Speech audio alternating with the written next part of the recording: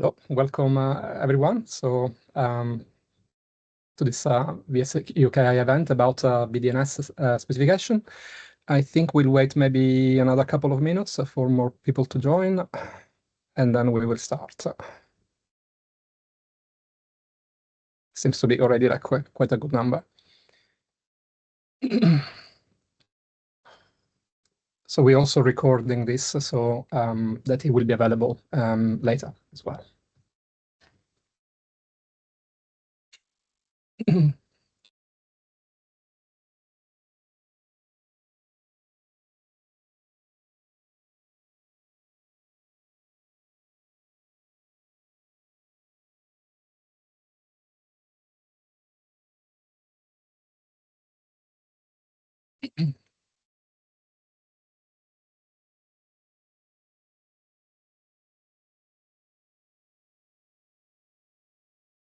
Okay, I think there is a good number of attendees, so I'll make a start then. So yeah, welcome everyone to this BS UK event. This time we're talking about the building device and asset naming specification, in short BDNS. We have gone past version 2, and we would like to share with you its history, its use, and also its integration with ISC that we've achieved recently. I'm going to present first a bit of the history. So this is the agenda for today. So I will start with what BDNS is. Then we'll go with John and Andrea into BDNS use in live applications. Then Alex will explain the BDNS changes, and then Lucas will do a demo of the BSDD. Then we have a bit of Q&A, and we will ask for your feedback too.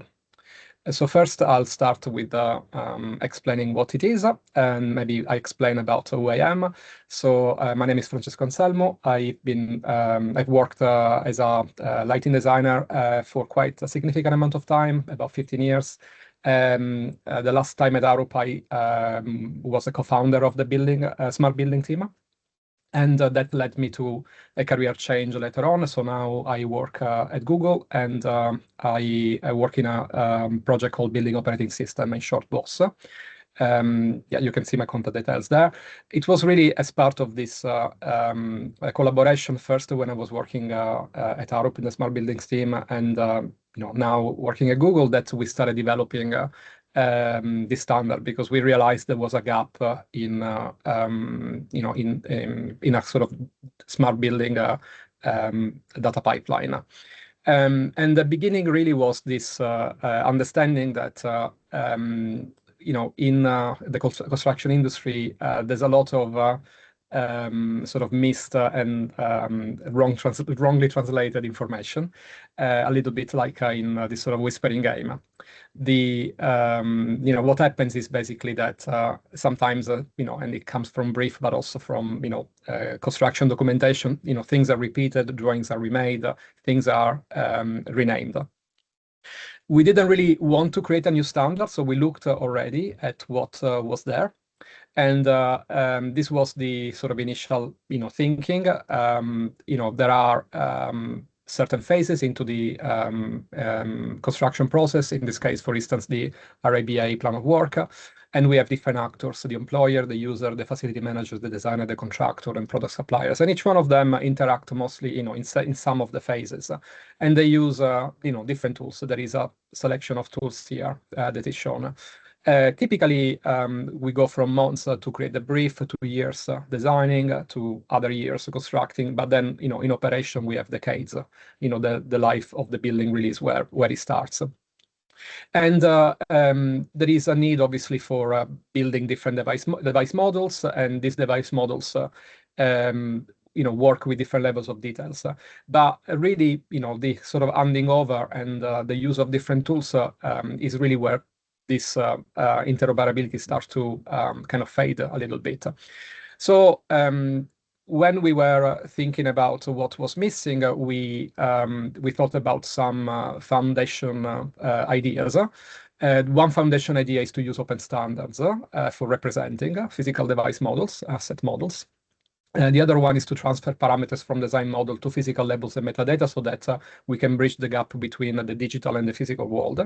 But then the most important one, and is the one that we actually led to the creation of BDNS, is to keep this asset and device identity consistent across phases and tools.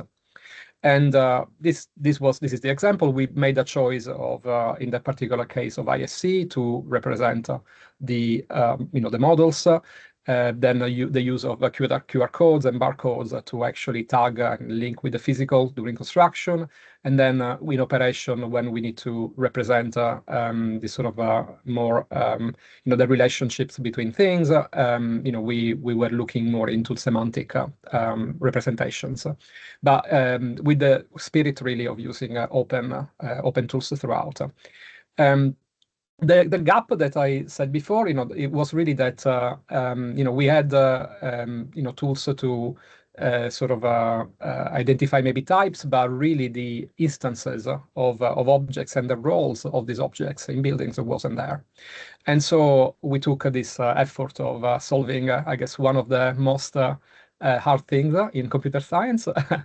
And the first principle realized to use was to avoid overloading names with metadata, which is what typically is done. So we don't really want to add location into the name, or we basically stick to a very simple principle, which is very similar to how we are named, or in this case, the example from the House of Windsor. So we have a family name, in this case, Windsor, and then we have an enumeration, which is the definition of each person. In this case, Elizabeth II. You even see a number actually in there. And the family part, we embarked onto a process where at Google, we looked into all of the various regions, how everyone was calling different types of devices. And we started to create this abbreviation system, which led to the creation of our internal global standard for naming and labeling assets and devices. This then led to engaging with the Open Data Institute and then with the ODI, and they were kind to give us a hosting place for sharing this idea of a standard more widely. So we put it onto GitHub in the open domain, and this started to attract a bit of interest with different companies. So it wasn't only Arup and Google, but other companies like British Land, and more recently as well, Max Fordham, Skanska, and others, started to use it. And now we have, I think, a thriving community around it. These are the links where you can reach the repository, and we use really GitHub for all our communication and our review. I'll now go very quickly into the key aspects of what we are norming. So there are things in scope and things not in scope. What is in scope is quite small, really. Is basically the definition of the instance in a machine defined way, and also in a human-readable way. So we have a human-readable name for the role of an asset in a building, and we have a machine-readable global unique identifier, which uses the standard GUID notation. We have recently introduced as well the type, because it felt like it was a useful thing to have with some of the application, and also the bit that I mentioned before, the link between the digital and the physical realm, which is the physical label.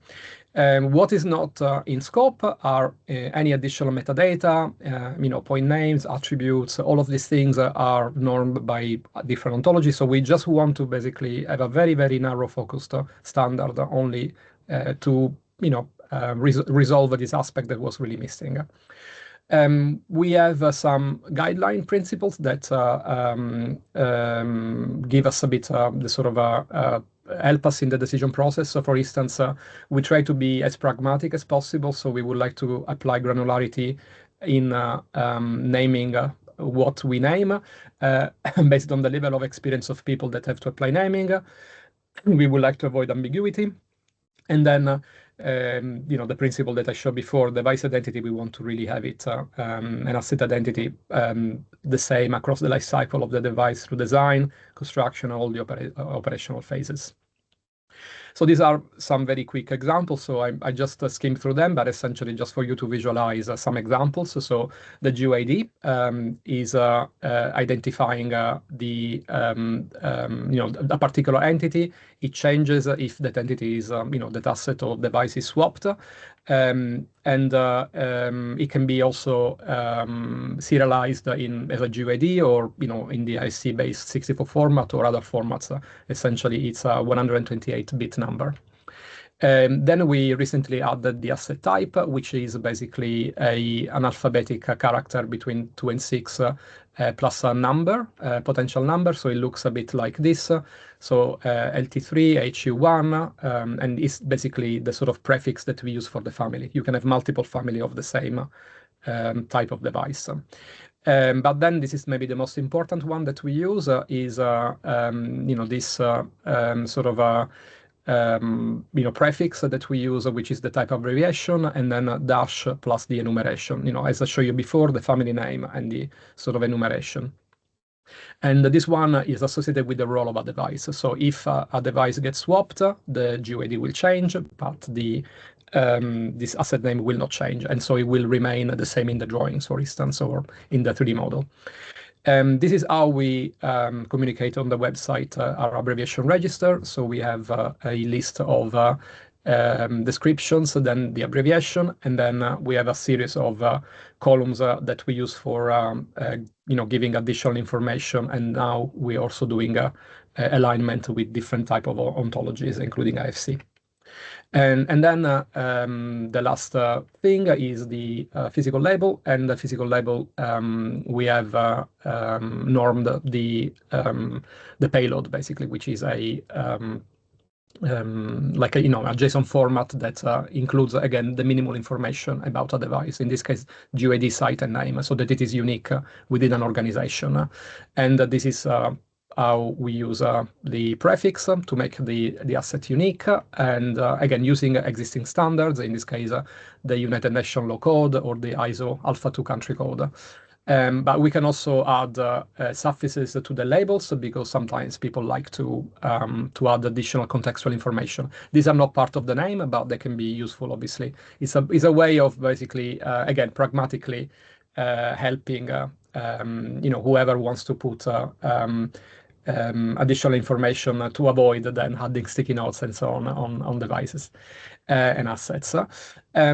These are some examples where we want to apply this. So from CAD to CAFM and material passports to control system and even network connectivity. So at Google, we use this naming system really for everything. So you will see that it even goes into our IP devices, fully qualified domain names.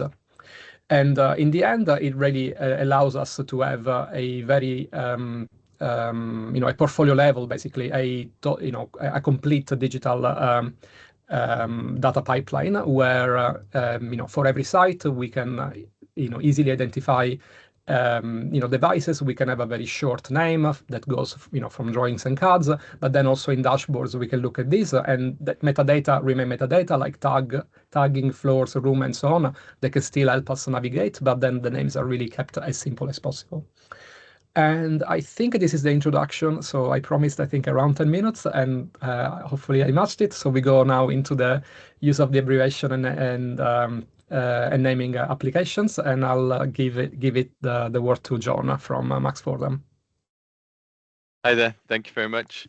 Yes, so I'm John Gunstone from Max Fordham. I'm the head of engineering software development here, and I kind of became introduced to BDNS a few years ago. We were in the process of developing a kind of digital product and equipment cataloging system. And so we wanted to standardize how things were named across all projects rather than just single projects. We wanted our whole portfolio to be named in a standardized way. And I came across BDNS and thought, oh yeah, this looks exactly what I'm after, but it's missing this and it's missing that. Am I going to be able to use it? And I kind of started contributing and immediately found it to be a very active network of people, very willing to update update the standard to satisfy new use cases. And I guess my focus has been on using it for BIM models at stages 2 to 4, with then a view that those models become more valuable later on, and the data can be transferred across. So if we go into the next slide, yep. So this is a kind of a little overview of the digitalization of equipment scheduling. So it's all about making the parameter data within a Revit model the specification data. And so to do that, we have to configure the Revit model. Sometimes Revit families don't have the required fields, and so we need to add those parameters. We also need to add parameters to define the BDNS name, and that data can then be transferred into an IFC model and printed as an equipment schedule. So all of the product information hangs off the BDNS name, which as Andreas was saying, was kind of at a portfolio allows us to identify a specific piece of specific piece of equipment on a specific project.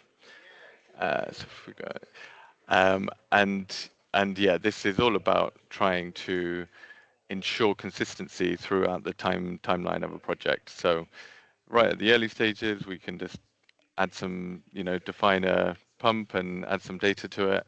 And then at the later stages, we can output that as an IFC file. And then we can hand that over to a client and they can continue adopting exactly the same standard of nomenclature in their asset management system or smart buildings approach. So the next slide, this just kind of demonstrates, it's like a snapshot of all of our devices that have been named using this system. And what you can see here is that it's super consistent. Obviously, it doesn't tell you much more than that, but I think it's quite powerful that this is now a standard across our whole portfolio, and every project follows the same methodology, and it makes it really easy to do kind of lookups and compare equipment across different projects, and just make sure that it's super consistent. So looking forward, something that I've been kind of actively working on recently is something called BDNS Plus. I guess BDNS, the power of it is its simplicity, and that is really, really strong. It's a standard, and things have to be named in a very specific way. Sometimes, as a consultant working on projects, we have to adopt a slightly different format for how things might be named. And so what this allows us to do is configure a tag so it might appear differently in a drawing or early design stage information, but exactly the same information is used to produce a valid BDNS tag. And so we kind of maintain that consistent approach.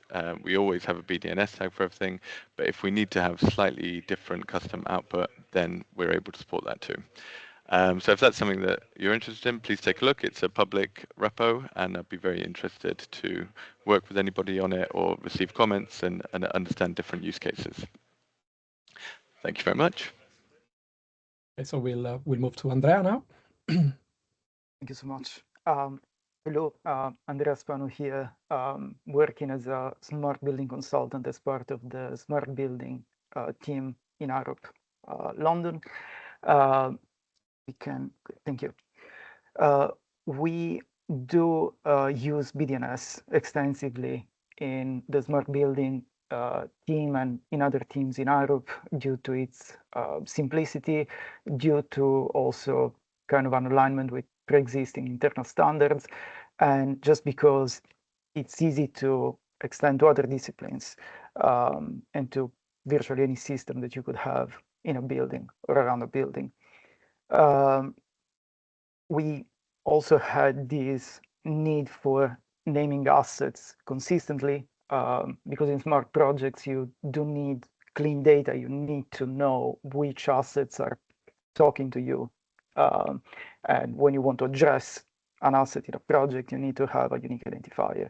And BDNS gave us means to do that. We can do the next one. Thank you. We use, of course, Revit as a main design tool for our internal coordination, the preparation of sensors layout and whatnot, and then coordination with other disciplines. The Revit family setup is quite simple. We just have typically a type parameter for the abbreviation and then an instance parameter for the BDNS name. So again, the structure is kept to a minimum. And then we build automated tools and workflows to easily deploy this naming for, again, different systems, not just the sensor layouts, but also, I don't know, lighting or mechanical elements where you have a lot of assets of the same time, of the same type, and you have sometimes hundreds, thousands of them, and you do need automation to make sure it's deployed correctly. And then also we have tools to make sure this naming is done right in our own model or checking other teams' models. And we see, thank you, also past the design phase, we have continuous coordination with the contractors when the project is in construction to make sure that the contractors pick up the building strategy adopted for the project. We make sure that we give them clear examples and a good starting point to deploy that and to extend it to any other devices that might be introduced in the project.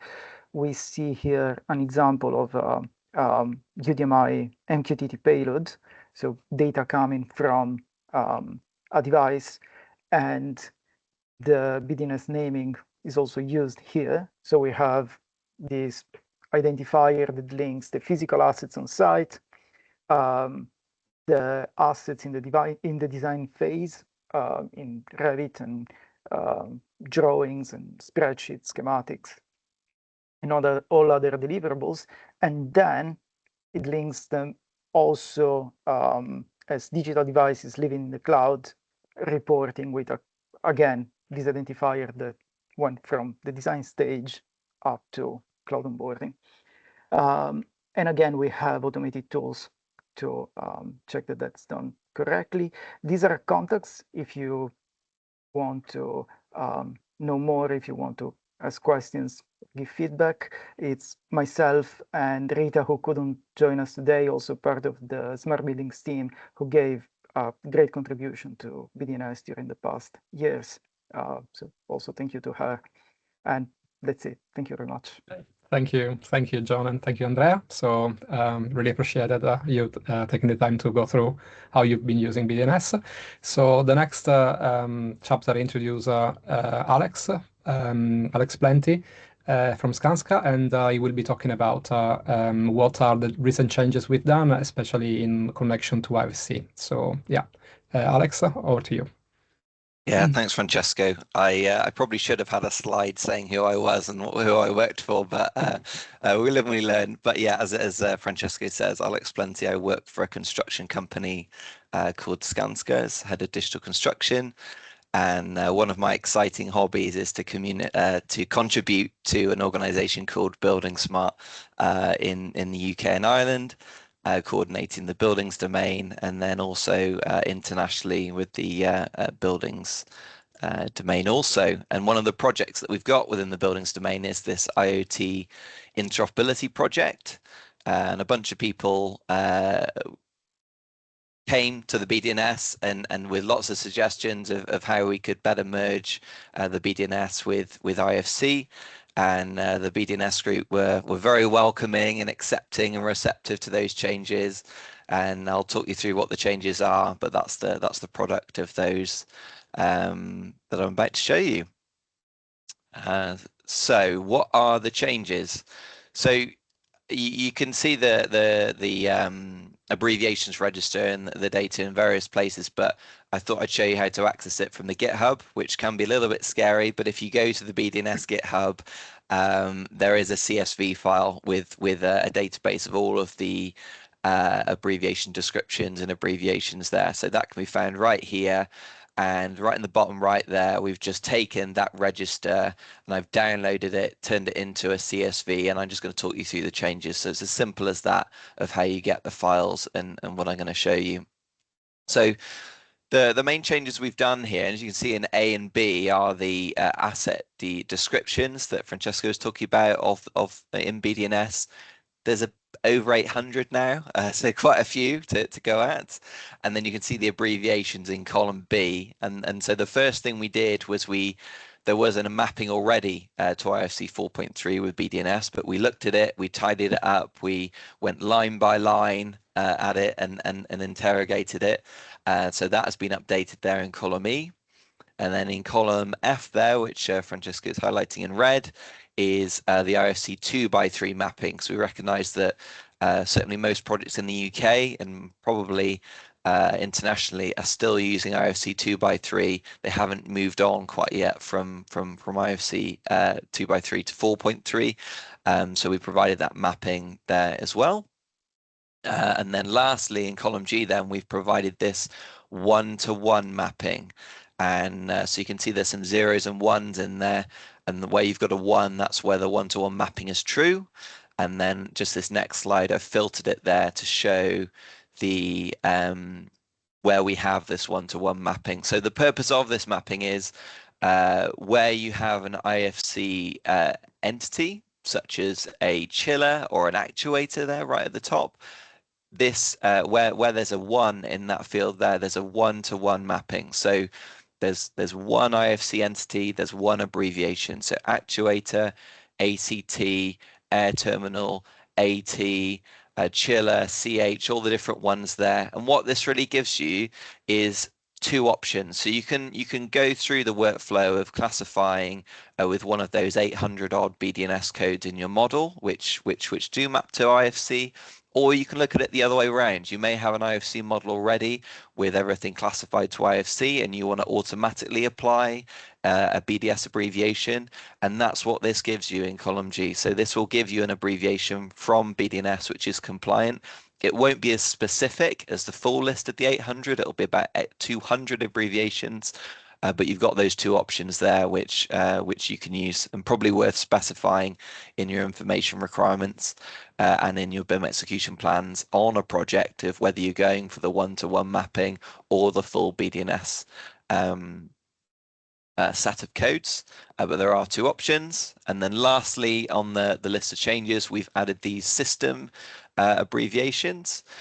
So this is quite a common one where we see systems being named and described slightly differently. So we've suggested these codes based on what we think is industry standard norms. And then we've got that mapping there to IFC distribution systems where available. So those are the changes. What's coming next? So over the next year or so, this is more of a longer term challenge. We're going to be doing these changes. I've picked on a valve as quite a good example of the things that we want to change. So running down the left hand side there, you can see the different enumerations of valve in IFC: air release, anti-vacuum changeover, check valves, etc. And the first thing we want to do is look at where we have IFC enumerations that don't have a BDNS mapping. So that's all the things in blue there. So at the moment, an anti-vacuum enumeration in IFC doesn't have a mapping to BDNS. So we're going to be looking at those. And then secondly, we're going to be looking at what you see in red at the top there, where you've got lots of BDNS codes there that do map to valve, but they don't map to a particular enumeration within IFC. So we're going to be looking at those and seeing if there's any we can thin out or tweak the naming of them so that they do map to some of those enumerations, and go line by line really. Valve is one of the messiest examples, or one of the most difficult ones we're going to have to grapple with. Some are much more straightforward than that, but that's what the sort of next year has in store as we go forward. And I think that was everything. So I'll hand over to Lucas to give a demo of how this can actually be done with the BSDD and OpenAC add-on in Revit. Yeah, I will Awesome. stop, Thank you very stop much. Cool. sharing the screen, and yeah, Lucas, you Yeah, can go I mean, ahead. either way is okay. I can share over if that's easier. But yeah, it's very happy to be able to sort of speak today. I was thinking exactly the same thing as Alex. Maybe we should have prepared an introduction slide. But my name is Lucas, and I'm from Construction. We're a startup based in Japan, and I sort of take care of all of the global strategy, and I sort of lead that from our end. It's Japan based. We do sort of solutions for BIM and open BIM workflows, as well as consulting and modeling and a number of other things. But we started participating in this kind of BDNS and IoT interoperability project from the buildingSMART Japan and buildingSMART International point of view, and been sort of doing so for about I think from this year. And primarily the goal there was to provide a kind of practical implementation for a workflow of tying the BDNS sort of ontology and naming to the IFC side of things. And so the kind of workflow that I'll go through today is primarily based on the buildingSMART data dictionary, which I'll also introduce, but then also going into Revit and inserting those codes from the buildingSMART data dictionary into Revit in such a way that when you export to IFC, those codes are reflected and present in that entire workflow. So I will quickly start with the BSDD because not everyone may be familiar with it. So hopefully that's sharing and everyone can see that. So the buildingSMART data dictionary is exactly what it sounds like. It's a data dictionary, and it has an API that's managed by buildingSMART as an organization. And on the BSDD, you can define either your organization's kind of requirements, IFC, the scheme of IFC is defined on the BSDD, and then we've also gone ahead and with the abbreviation register and the kind of ontology alignment that Francesco and Alex were going through a little bit earlier, that is also reflected in this version of the BSDD. So all of those 800 classes. And if you look at sort of any one of these classes, you can see that in the class definition, you have a related IFC entity if the enumeration is specified. And you have your code, and you have the name or the kind of semantic understanding of what object we're talking about. And so all of this exists essentially as a database that is available through API, or you can get to this page by searching BSDD and then searching BDNS within the application there. So I'll quickly swap over to the video that we have prepared. So primarily, we're kind of going to be talking about two solutions, and then obviously the BSDD today. So what you see here is obviously Revit, which I hope most people are quite familiar with. But what we have loaded in here is our plugin that we've developed for Revit, which is called OpenAC for BSDD, and that's available for free from our website. I think both of my QR codes are probably cut off, I think, on the Teams screen. So if you need, you can search OpenAC on Google, or you can feel free to add me or search me on LinkedIn, and I'd be happy to sort of help out there. But once that plugin is installed, basically what this allows you to do is kind of two things. It allows you to connect to the buildingSMART data dictionary via the API and essentially load attributes and properties into your Revit model directly from the BSDD API. So it kind of helps you avoid, I guess, the manual input and any errors that would result as a result. I'm not saying that anyone is making mistakes, but I think when you're doing thousands and thousands of applications, then semi-automating that process is a little bit easier. So I'll go ahead and start playing this. But as you can see, like the example that we have is quite simple. It's very, very simplistic. And I picked valves, and I'm kind of regretting that now that Alex has sort of said that valves is the messiest one to go by. But essentially, when you open the plugin page, the entire workflow, go back a bit. The entire workflow is kind of visible on the single page. So you import from BSDD, and this is one of the workflows. And essentially within that, you can select an object. So in this case, we're going to select the two ball valves. And in doing that, you basically are now selecting from the buildingSMART data dictionary what class and what information from the BSDD to import into those objects.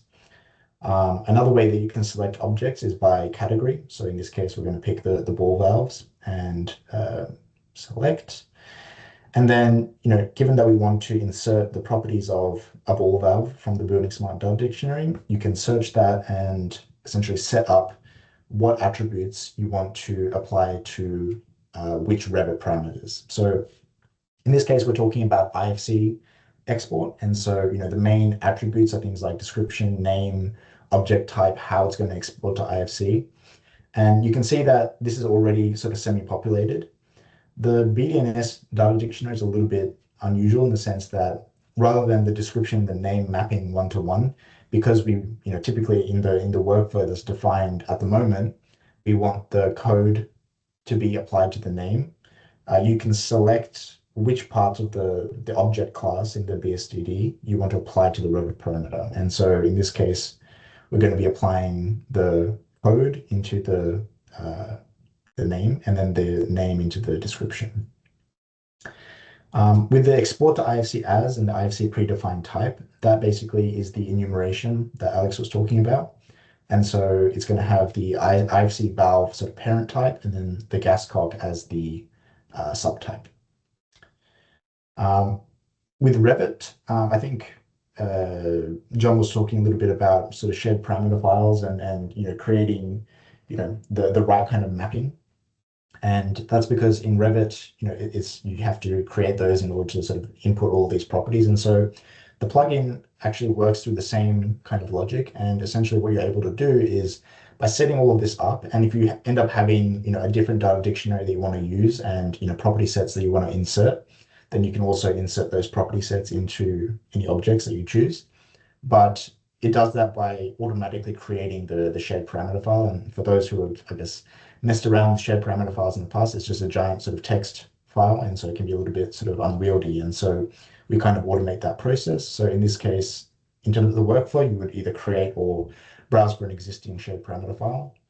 And then you simply just add the attributes and properties.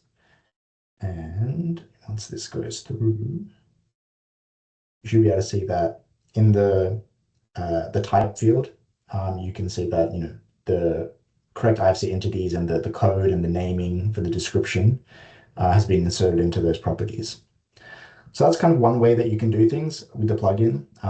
The challenge with going straight from the BSDD into Revit is that with the plugin, you can only select one object at a time, or one object class at a time, I would say. And maybe that's kind of the way that you choose to work. Another alternative way to do it is, for those who are, I guess, familiar, buildingSMART, as part of their open BIM workflow, also have a technology called IDS. And in an IDS, you can essentially, insert requirements against certain applicabilities for objects in a BIM model. So in this case, what we've done is, I have 3 separate rules, and this is our OpenAEC platform, which is a different platform that we develop, and it allows you to define requirements, handle IFC files, repair IFC files, and sort of fix attributes, and then review and validate that against requirements defined in an IDS. But we have 3 kind of separate rules here, one for each type of valve that I have in that model. So the check valves, the ball valves, the control valves. And, we're basically saying, okay, the entity required is defined, the attributes like the description and the name and the code are defined in this IDS. And we've done that for all 3 components that are in the model and done those as individual rules. So that's something that you can do on OpenAEC or any other sort of tool that allows you to create an IDS file.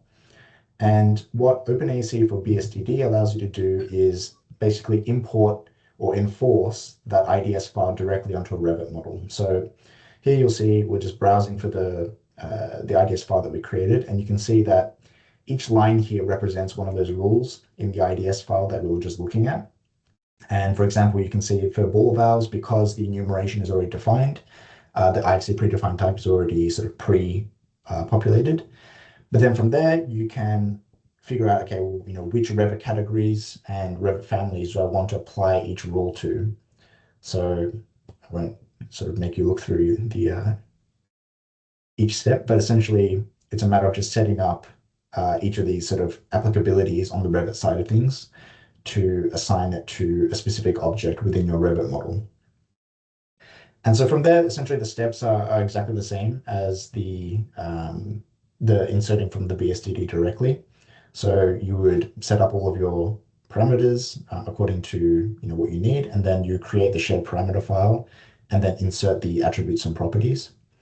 And what ends up happening is that you can handle multiple objects and insert all of the required properties. So for example, this is a check valve, which is different from the one that we're doing with the BSDD, but the IFC type, the IFC name, the IFC description is all inserted in there according to what was defined in the IDS, or the information delivery specification.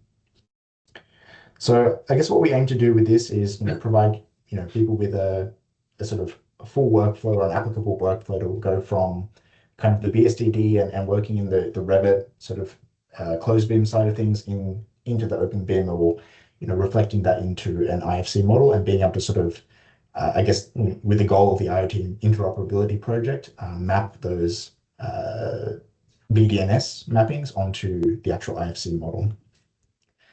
I guess a little bit of an aside, but like when you're exporting from IFC, from Revit into IFC, that's a bit of a challenge. And so with the plugin, we also provide, wherever you save your model, it will also save like a plugin property set mapping document. And so rather than just using the IFC common property sets, if you want to limit the property export to just what was inserted through the plugin or managed through the plugin, you can do that by applying the property set document, which is again just a text file.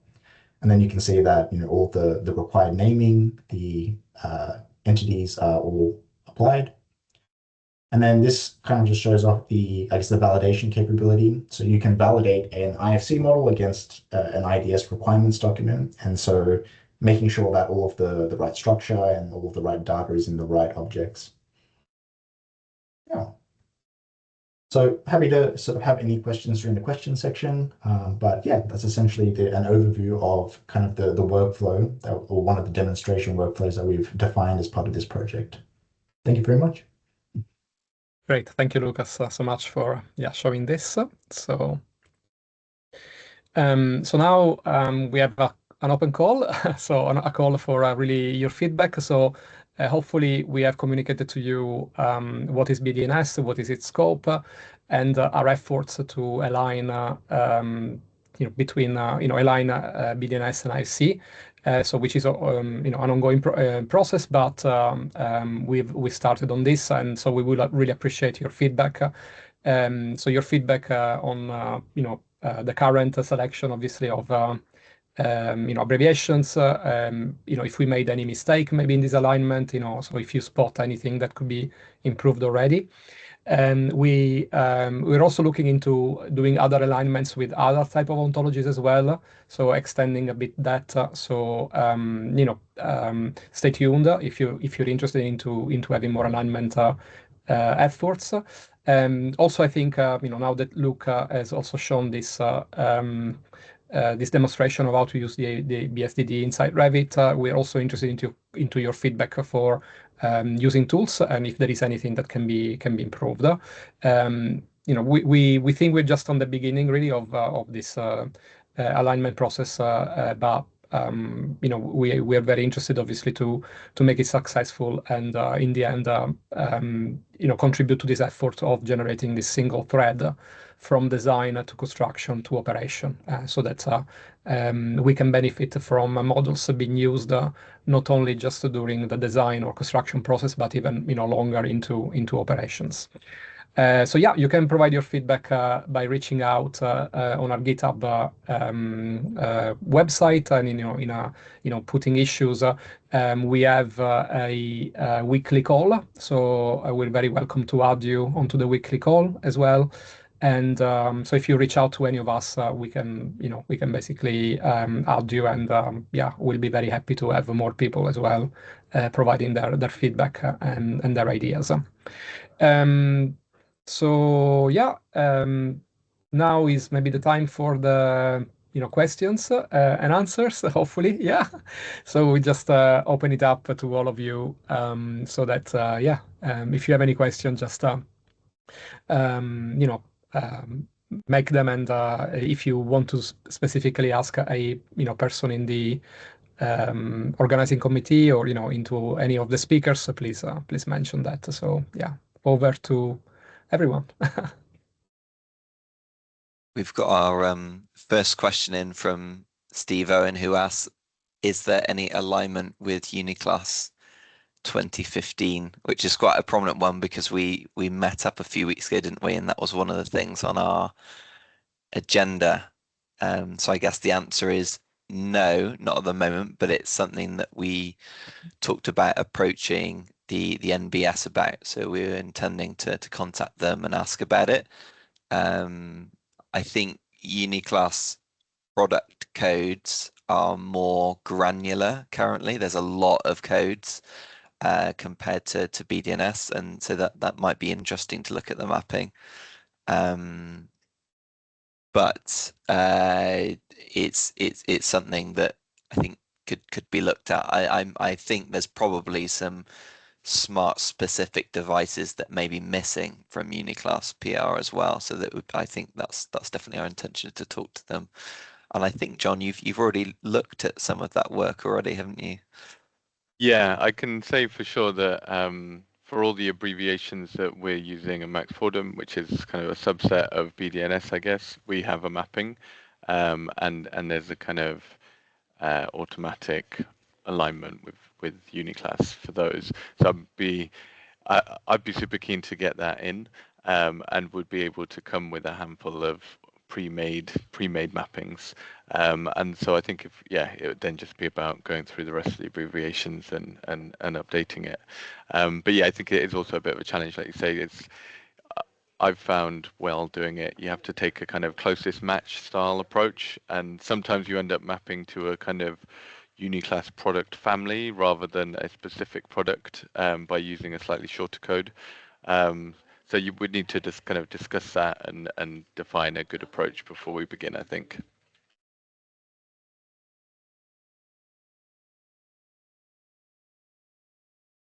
Excellent. The next question, I think, is for you, Lucas. It's got your name written on it. Yes, I was just typing for response as well. But so for the free plugin that we have for Revit, I think the free plugin is limited to sort of inserting properties from the BSDD directly or from an IDS. So I guess from a BSDD directly, no, there's probably not really a way that you can define specific numbers. For an IDS, you could sort of define specific numbers for specific objects, but it would be quite monolithic, I think, to sort of do that for every single object. And so probably the way that we would go about that is, you can define an IDS to check for kind of the required tagging. So you can have a code and a set of numbers defined as a check in an IDS, so you can identify which objects are missing the numbering. Or the other alternative is on the OpenAC web platform that you saw, you're able to sort of edit IFC entries, and so you could enter them that way. But there's not a clean way at the moment, I would say, for having like sequential numbering for all objects or all devices of a certain class, I think. Yeah. Point we need to think about. Yeah. Yeah, perfect. Thank you, Lucas. We're getting some really good questions coming in. So Keith Deeney asks, thanks, great presentations. I would be interested to know how the BDNS works alongside the mapping over to CAFM systems and alignment to SFG 20. So I don't know who wants to take that one.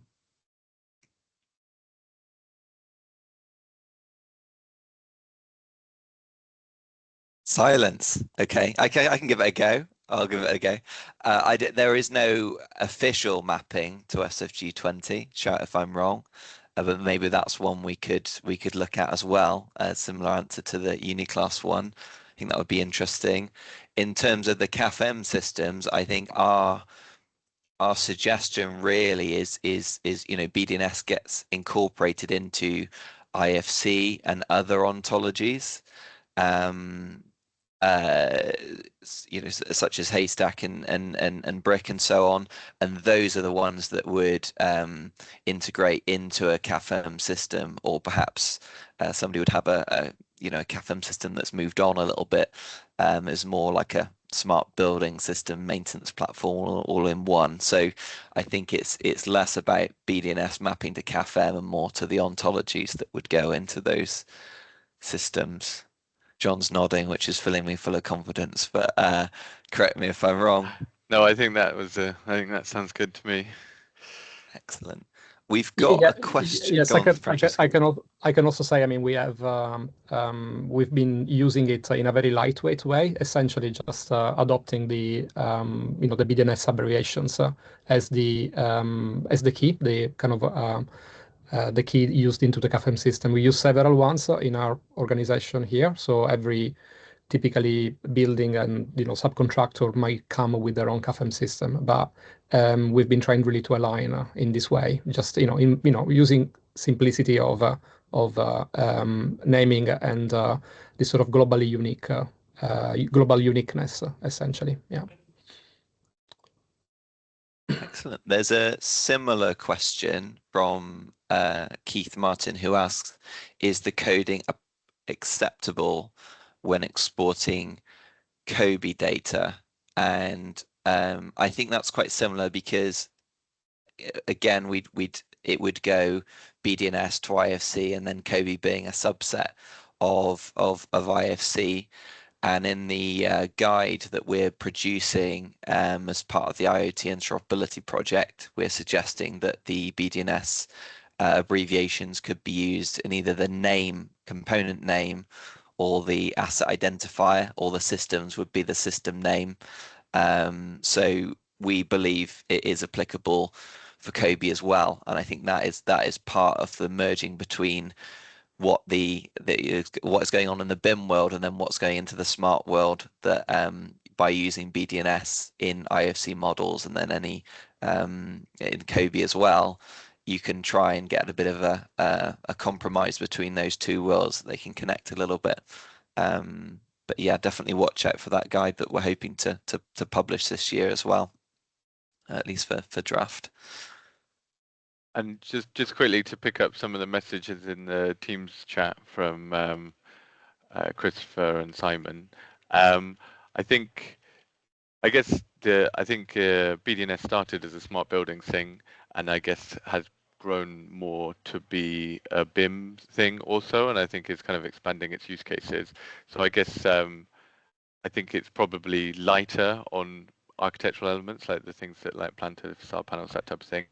Probably doesn't have that type of thing in it at the moment, but I think if there was a need for specific things, then I think we would look to adopt it, especially looking at the if it's supported in IFC. I think we're quite keen to map nicely to IFC elements.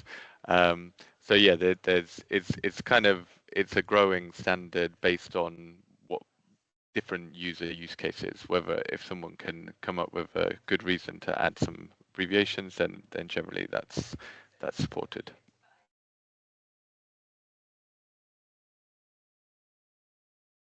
Totally agree.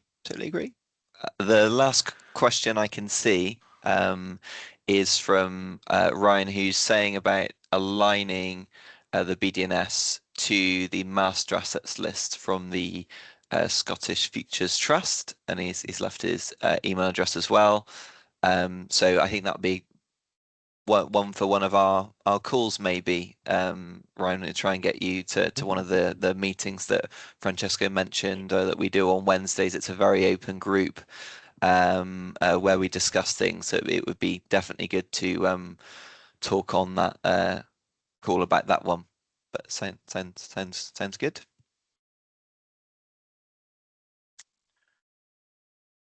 These are all the questions I can see. So unless anybody's got any others, of course, you can contact the people on the call if you've got any questions afterwards. And then we've got the GitHub, as Francesco mentioned, to raise issues and questions to, and then the meetings if you want to attend them.